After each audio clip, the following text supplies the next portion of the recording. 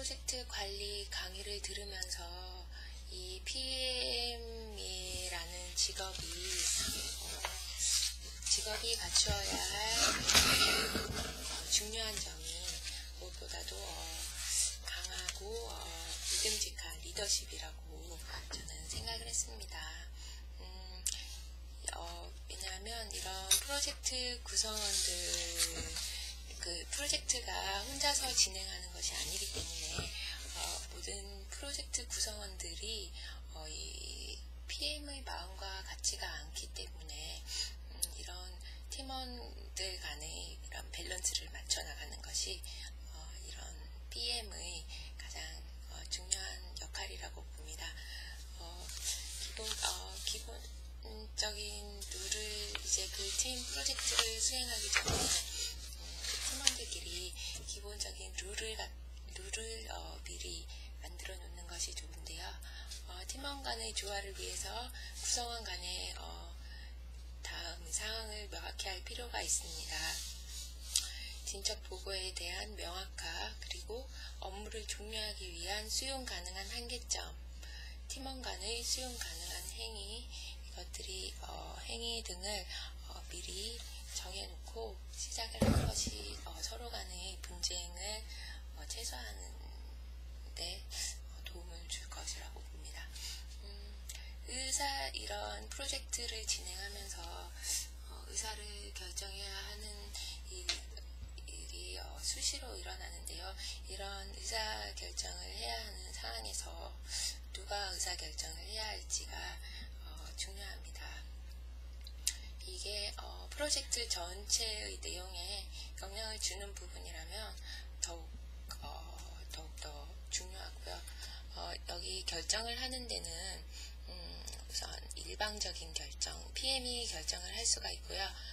신속하고, 근데 이 PM이 결정을 하게 되면 명확하고 빠르다는 장점은 있지만 모든 팀원들이 PM의 마음과 같지 않을 수도 있기 때문에 문제를 야기하는 원인이 됩니다. 그리고 또 토론으로 결정을 하게 되면 시간이 오래 걸리는 단점은 있지만 주요한 사항을 결정할 때는 이 토론을 해서 결정을 하는 방법을 사용하기도 합니다.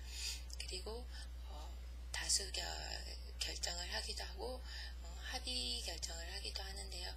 이런 PM의 리더십에 따라서 굉장히 팀이 결과적으로 성공적인 프로젝트가 완성이 되냐 안 되냐가 결정이 될 것 같습니다. PM이 반드시 유의해야 할 점은 해결 없이 지나가는 방법은 없기 때문에 먼저 문제를 해결하려 하지 말고 문제를 분석을 해야 합니다. 문제를 해결하는 데 있어서는 단기적인 것과 이런 장기적 해결 방법을 모색을 해나가야 합니다. 문제를 명확하였으면 PM이 그 방법을 결정을 해야 합니다. 그리고 이 프로젝트에 관한 토론에 있어서 이 대화를 할 때 이 팀원들끼리 서로 이렇게 너무 한 명이 많이 얘기를 하지 않게 서로 밸런스를 맞춰가면서 진행을 해나가는 것이 옳고요. 그리고 즉흥적인 그런 대화는 피하고 반드시 계획을 가지고 토론에 임해야 합니다. 계획의 내용은 언제 그리고 어떻게를 포함을 해야 합니다. 내부적 계획과 외부적 계획을 모두 가지고 있어야 하고, 그리고 반드시 프로젝트 성공에 연계된 형태로 생각을 해야 합니다. 이 PM에 있어서 PM을 한다는 것은 어느 정도 그런 자격이 있기 때문에 다른 세부적인 것들은 다 잘 이렇게 이뤄나가는데, 이뤄나가실 텐데요. 이 팀 관리, 사람들 관리하는 것이 저도 근무하면서 느끼는 거지만 가장 중요한 일이라고 봅니다. 이 팀을 관리할 때 PM이 항상 염두에 두어야 할 것은 일정이나 팀 멤버들을 두려워하지 말아야 합니다. 그리고 미팅 중심으로 관리를 하지 말아야 하고 커뮤니케이션, 대화 방법을 관리를 해야 됩니다. 메일로 할 것인지 방문, 전화 등이 동시에 이렇게 벌어지지 않게 잘 관리를 해야 합니다. 그리고 이 관리 업무의 한계를 직시를 해야 합니다. 그리고 너무 딱딱하고 사무적인 그런 커뮤니케이션만 사용을 하면 팀원들이 조금 잘 따르지 않을 수도 있기 때문에 항상 좀 재밌게 그렇게 해나가는 분위기를 유지하는 것도 PM의 그런 능력이라고 봅니다. 팀 관리에서 주의사항은 너무 자기가 독재적으로 PM이라고 너무 이렇게 나서서 하는 것보다는 팀원들에게 자기 스타일에 대한 의견을 물어보는 것이 좋습니다. 특히 개발 프로젝트에서는 개발자, 즉 팀원 관리와 관계 유지가 무엇보다도 가장 중요합니다. 이 PM은 리더십이 가장 중요할 것 같습니다. 그래야 이제 팀원들이 따르고 믿고 따르겠죠. 이 리더십이 타고나는 것과 만들어지는 것 둘 다라고 합니다. 리더십은 카리스마, 영웅심, 마력과 같은 내용은 포함되지가 않습니다. 팀 간의 융화와 공유의 기술이 이 리더십의 첫 단계입니다. 모든 프로젝트, 성공적인 프로젝트의 그 골을 공유를 하고 그리고 비전을 공유를 해야 합니다. 그리고 PM의 기대도 모두 공유를 해나가야 합니다.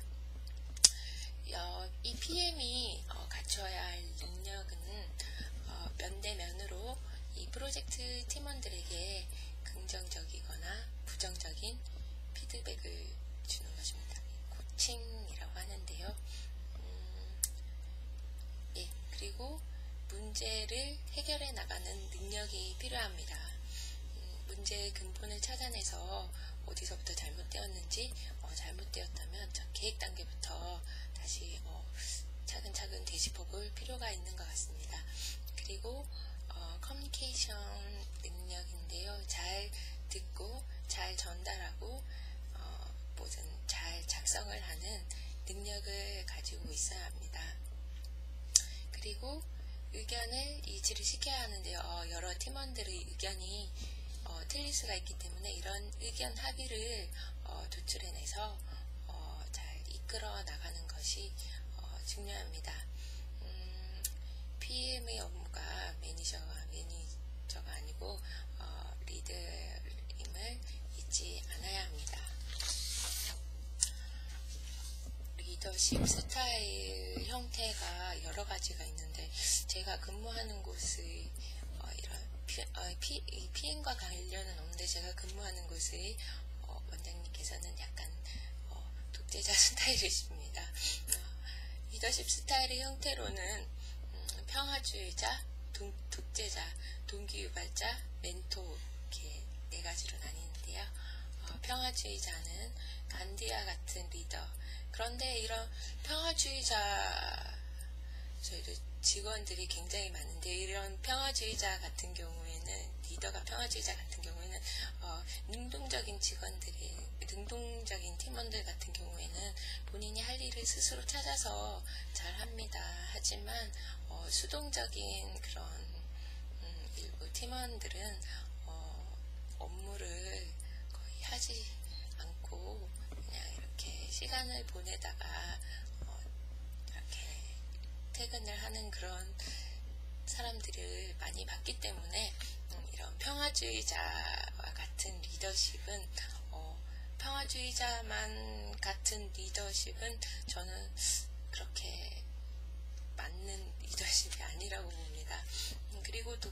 스타일은 오케스트라 지휘자 같은 리더인데요.